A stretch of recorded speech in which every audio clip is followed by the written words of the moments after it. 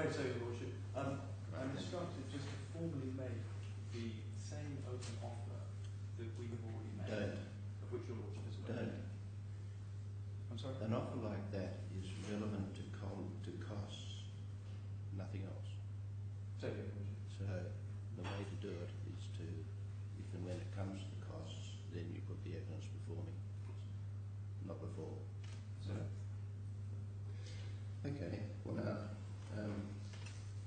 don't stop thinking settlement, but those who progress it, if it is to be progressed, will be your assistants. Well now, there's, yes, on Monday, the court told you that I directed that I hear the application about the without prejudice material, or allegedly without prejudice material, at the outset of the hearing. That's not entirely accurate, for which I apologise, and I apologise to Lima also, who misunderstood. What I did ask to be conveyed to you was that I would hear and decide the question of without prejudice material at the hearing so far as necessary. Now there is a difference. The difference is this, that what I propose to do, subject to anything you or Ms. Hakim might say, is to have the case go ahead with that material put before me, but noting that it's objected to,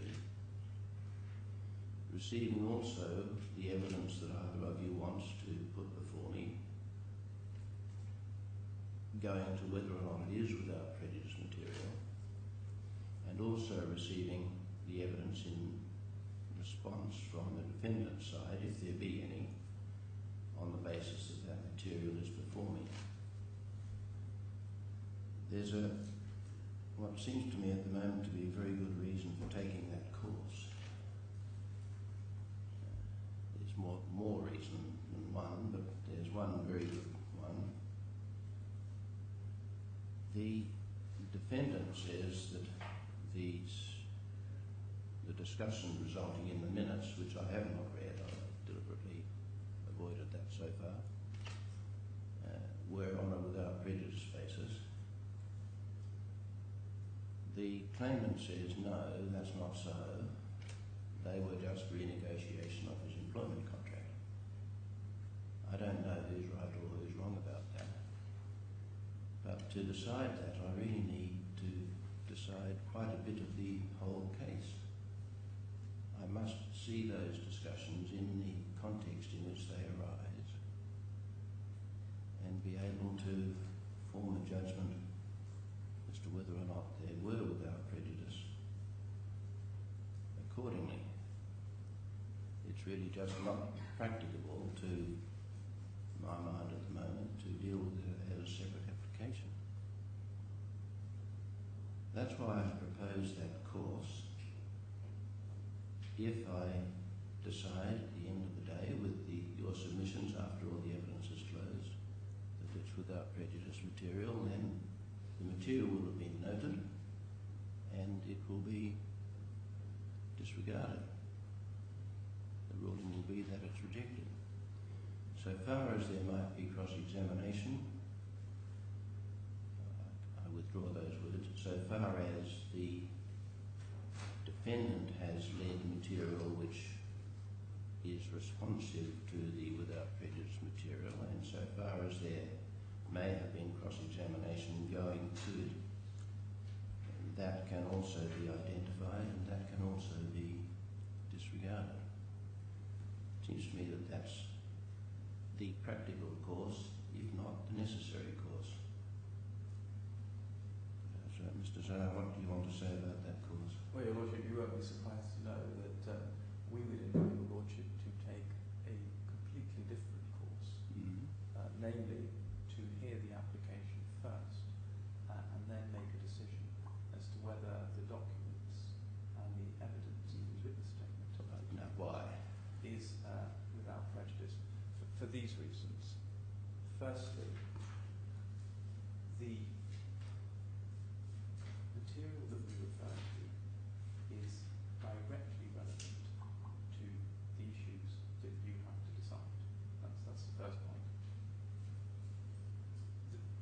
is so relevant to the issues that you have to decide that if you were to look at that material and consider it within the context of a trial, in our submission, and we say this with the greatest respect, and conscious of the fact that judges often have to make or exclude from their own minds evidence which is illicit, which they've seen. But because of the nature of the evidence, and because of the numerous references to the evidence, we say that there's a real risk, objectively viewed, that the evidence that you will consider will contaminate proceedings. What we were minded to do, and I canvassed this by telephone with my friend this afternoon, is in the event that the application to exclude the evidence was successful, we would invite your Lordship to direct that the trial be adjourned and put before a different judge, but for the same reasons I've already explained. Can I just give you a flavour of the type of evidence that we're talking about? There are two key issues in this case. One is the effective date of termination of the claimant's contract of employment.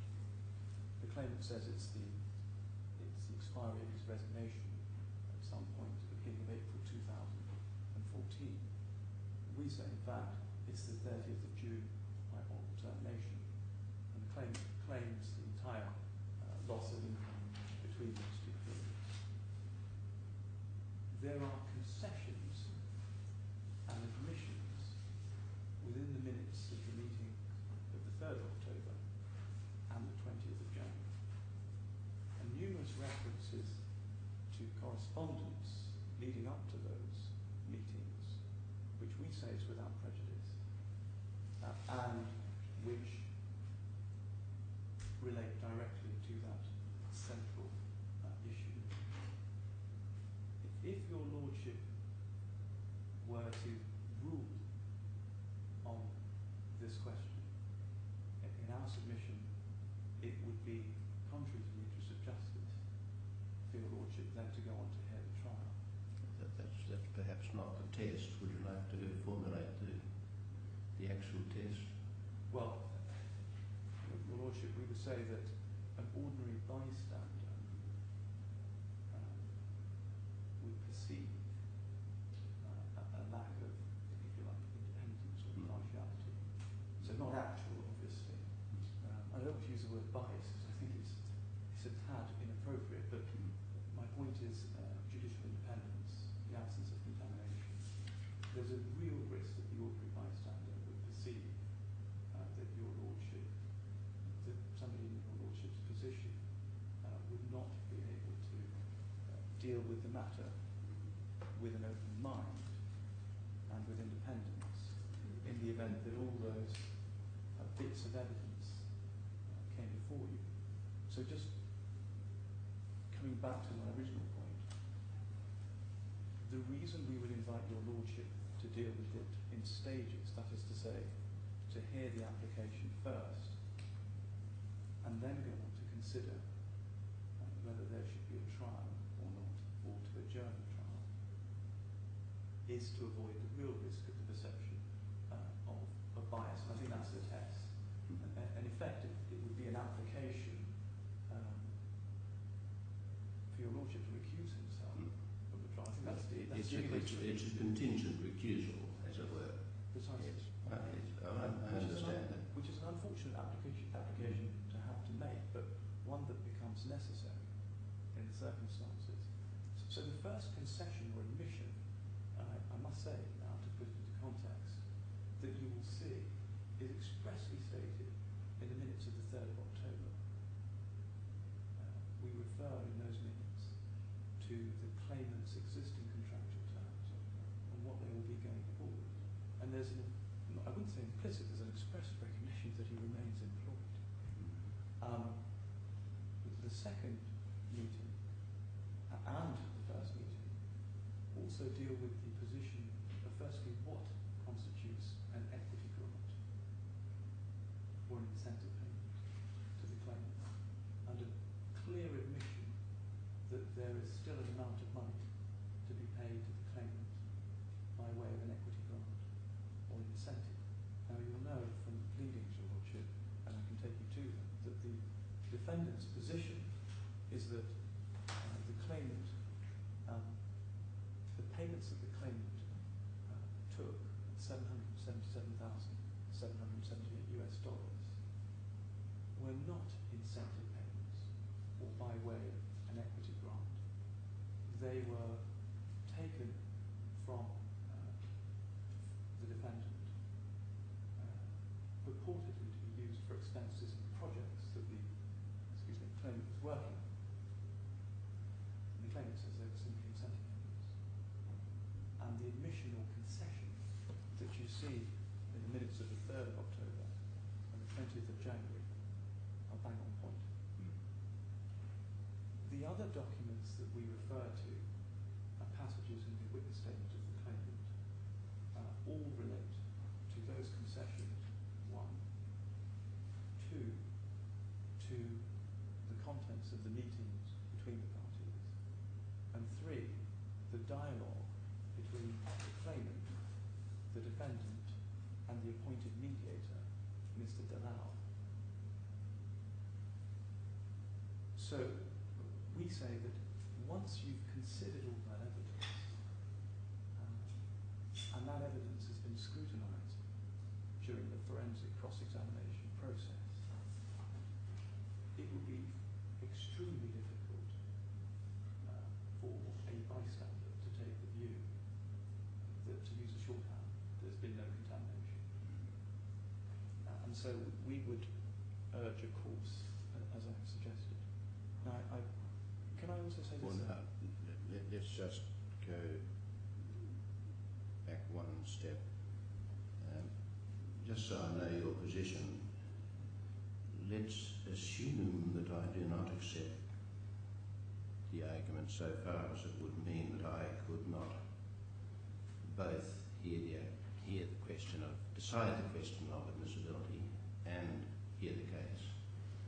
What do you say about the course of not deciding the application at the outset, but rather deciding it in the course of the hearing itself? Simple terms, 3 words, it's too late. We say, by that stage, the No.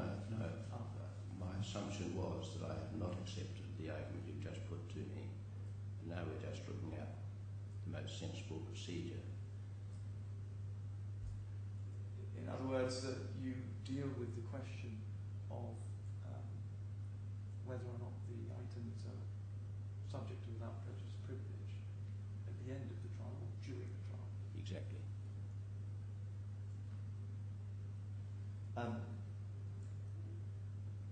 Assuming you're not with us on the contamination point, that is to say that we can't have a fair trial. Well, I would say this, actually, just reminding a bit, that if you take that course, the defendants are not likely to be able to have a fair trial for the same reasons I've already advanced. That's the first point. The second point, because both in our application that we made, which we invited the court to deal with on an expedited basis, and our current position, we aren't in a position to respond to the narrative in the claimant's witness statement. We've reserved our position as per the order that we saw. That's to say that we would be entitled to file defendants to reply within 10 days of the decision on the application to exclude evidence. Because there are over 44 paragraphs contained just in the claimant's first witness statement, and there are several more in the second witness statement in reply, it would cause us immense difficulty to adjust our this late stage in order to be able to respond sensibly.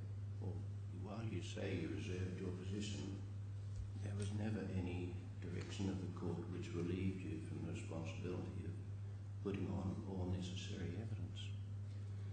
Admitted, Your Lordship, but the difficulty you might think that we would face is if there are strong grounds to argue that evidence was to be excluded, and if the application was made in good time, we say, on receipt of the claimant's witness statements, it was, in our submission, a proper course to take, first to make the application and to reserve our client's position, because there would be no sense in responding with evidence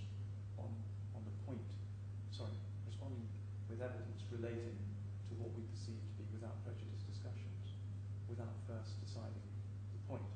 So we believe that we took a sensible, proportionate approach and notified the court of our intentions. All right. Well, now I understand your position. Is there anything else you want to say?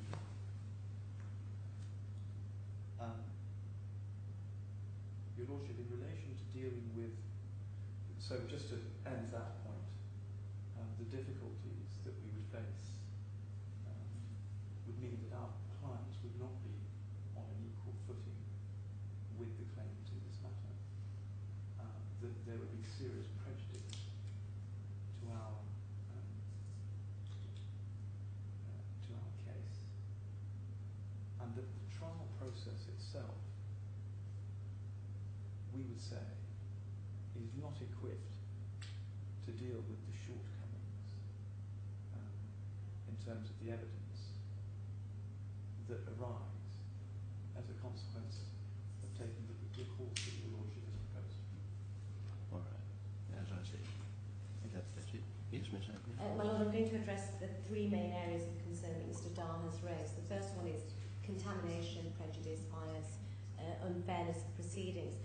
In response to that argument, if I could invite your Lordship to turn up an authority that I put before the court, and that is of in re Daintree. I don't know if it's found its way to the bench. It was attached behind my skeleton argument.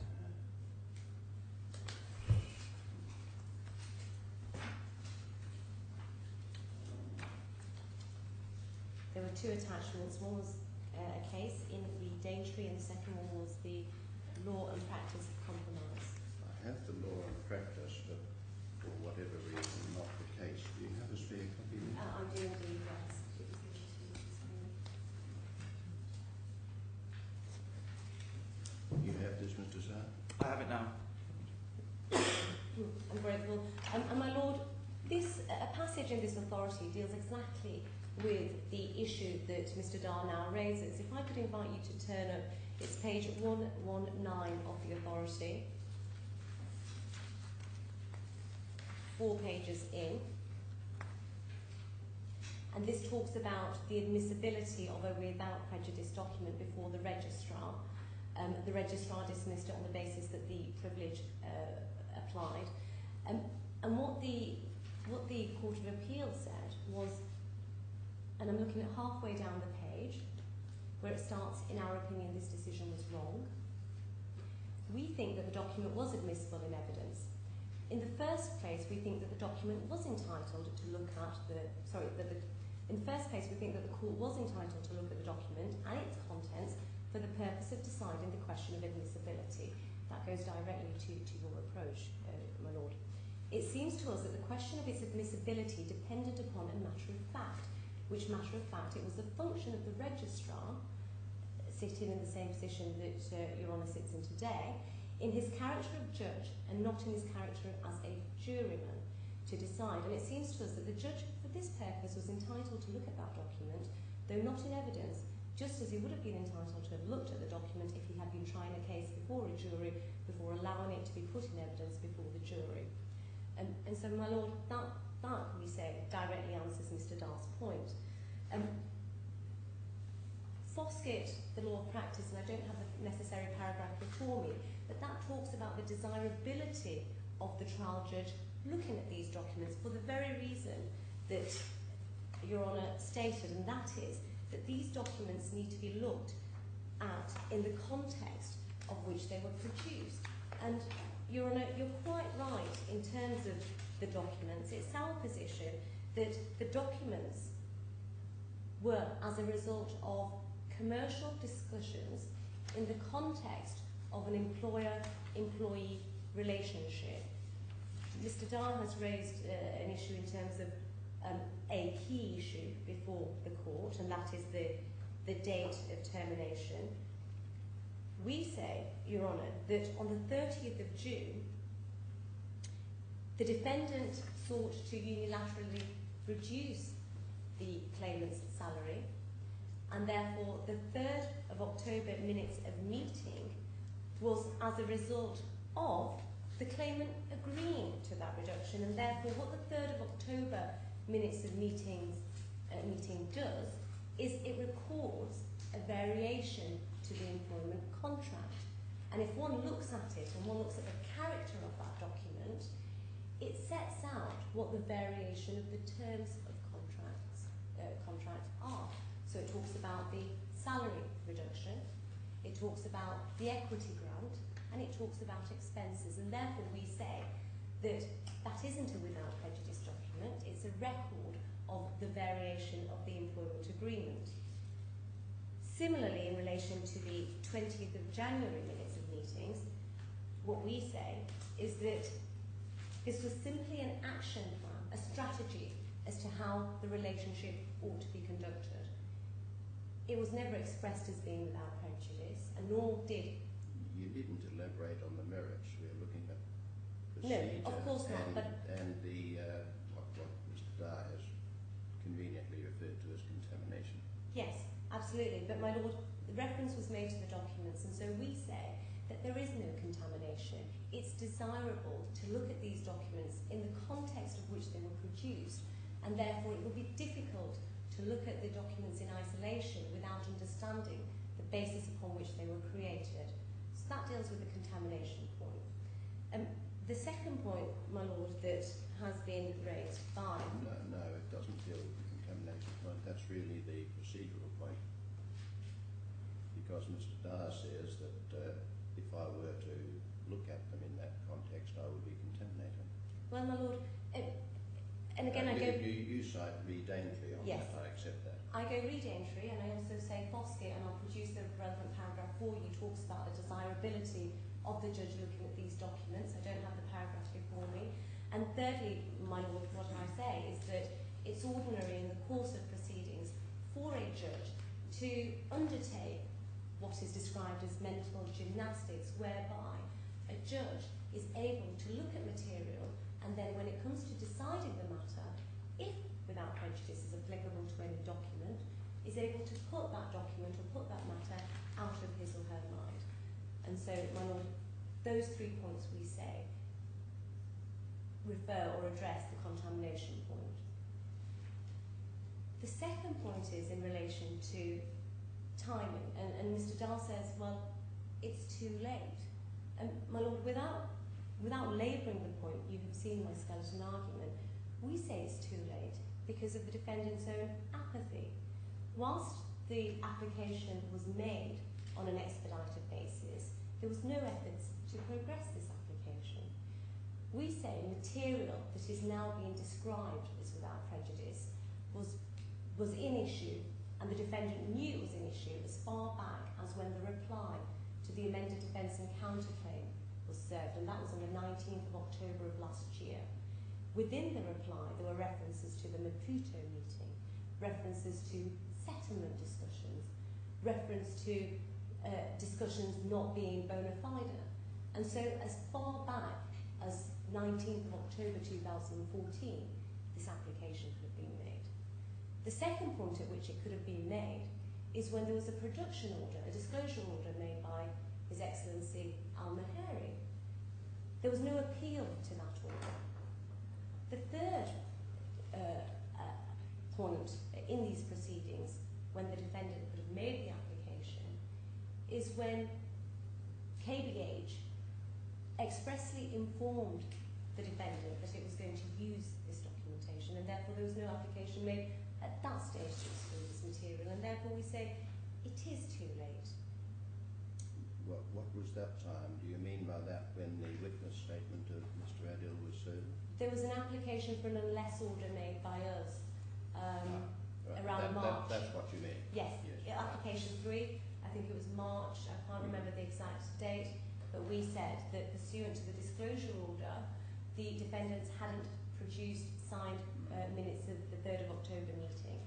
And we expressly said in correspondence that we would be relying on this material. And then, of course, the 4th point is when our witness statement was actually filed, and the application that is now, application 4, that is now before the court, was made some 16 days later. In terms of, my lord, the approach and what Mr. Dar is saying, that the defendants can't possibly respond to the narrative. Well, we say that that's not right because Mr. Suresh Chaturvedi has produced a witness statement dated the 19th of April attached to this application.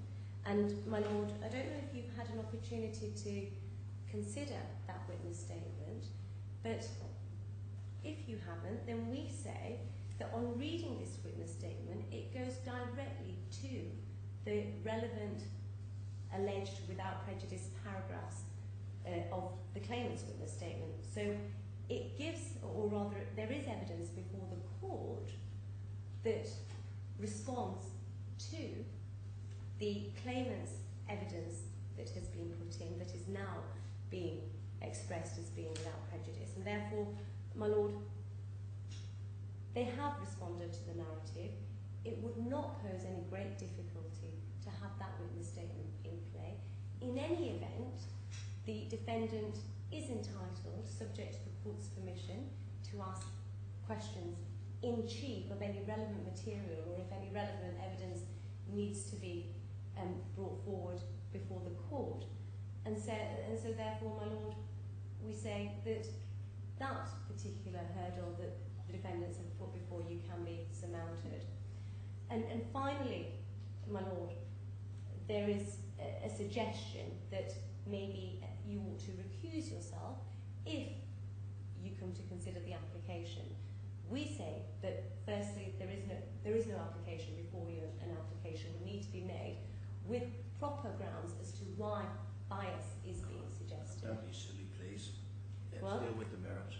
Well, the second point is, my lord, that Mr. Dar has also mentioned that an adjournment potentially may be requested. Well, again, there is no application before you, and that goes to the approach point. And so, my lord, in terms of the submissions that have been made before you today, we say no contamination, lead entry. We say in relation to the documents that you would have to see them in the context of these proceedings and how they were produced. And we say that the approach that my lord has suggested is one that we concur with, and that any hurdles can be surmounted by way of the witness statement that Mr. Chaturvedi has produced for the application and by asking questions in chief. Thank you. Anything in reply on these points, Mr. Just Dar? very briefly, and it might assist your lordship. In terms of the chronology of this application, can I invite your lordship just to consider paragraphs 3 to 12 of the defendant's skeleton argument in support of the application, which deals with the criticisms made by my learned friend on the timing of the application, which in my submission are unfair. 3 to 12 of the defendant's skeleton on the application. Yes. That's the one in the defendant's skeleton argument for defendant's application to exclude without prejudice material, 19 May. Yes, the heading's a bit long, I appreciate that. 3 to 12. 3 to 12.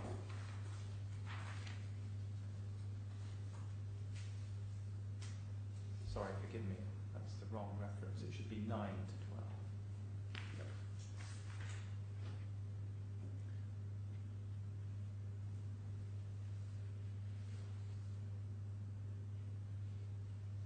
Yes, I've read that. I just want to identify two things. Firstly, that we, on at least 2 occasions, objected to any use of the privileged documents in trial. And secondly, the first opportunity that we sensibly had, to sensibly object, is on receipt of the claimant's witness statement. So the threat that you made back in February was all wrong, was it? The threat that we made in February was all wrong, was it? That's when you threatened to bring an application, in fact said you would bring an application yes. to exclude any reliance on them without prejudice material. That was a mistake, was it? Yeah, that was correct. And you didn't. I appreciate you didn't at that stage. And the reason we didn't at that stage is we had forewarned the claimant that if they relied on the documents at trial, that we would seek an application to exclude them, or make the application to exclude them. And then once we got the witness statement of the claimant, we say we promptly made the application, which was made 2 weeks thereafter. And I hear what my friend says about the disclosure order of His Excellency Omar al-Mahiri, but one has to distinguish between a disclosure or production order and the exclusion of evidence at trial. We say that production is a requirement that each party produce documents that it intends to rely on. It isn't by virtue of an order requiring production. It doesn't follow from that that a party is entitled, or the court must allow a party to use that evidence in trial. Otherwise, the whole process of excluding evidence and the power that the court has to exclude evidence would be defunct. And anything produced, the party could then say, well, we're entitled to rely on that on trial. And so a distinction has to be made between the two. And we made that distinction when we filed our application to exclude evidence on receipt of the witness statements. And it is unfortunate that the application was not heard or couldn't be heard on an expedited basis. It's important to bear in mind that the parties, the intervening factors relating to the settlement negotiations with the parties did play a part in perhaps delaying the hearing of this application. But if we weren't if the settlement negotiations weren't a factor and didn't happen, then it's likely that this application would have been heard before trial, in my submission, and it's likely that the registry or the judge would have directed that, having regard to the volume of material that we were seeking to exclude. It would be unfair if, in my submission, a different approach was taken simply because of the circumstances we find ourselves in today on account of the intervening negotiations. Yes, thank you. Well, I propose to decide the question of admissibility without prejudice material myself, and to also conduct the trial myself. That is, I do not accept the contamination argument. I propose to take the course which I outlined at the commencement.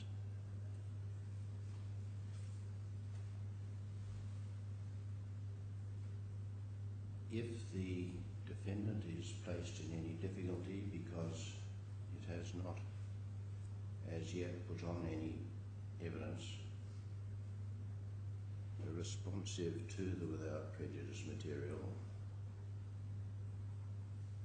I regard that as its own fault.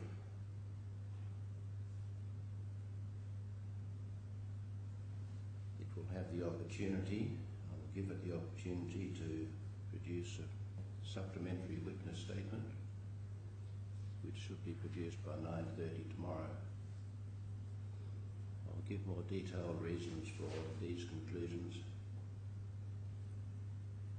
I hope, tomorrow morning, but I do not wish to take up time now, since time is a little short in doing so.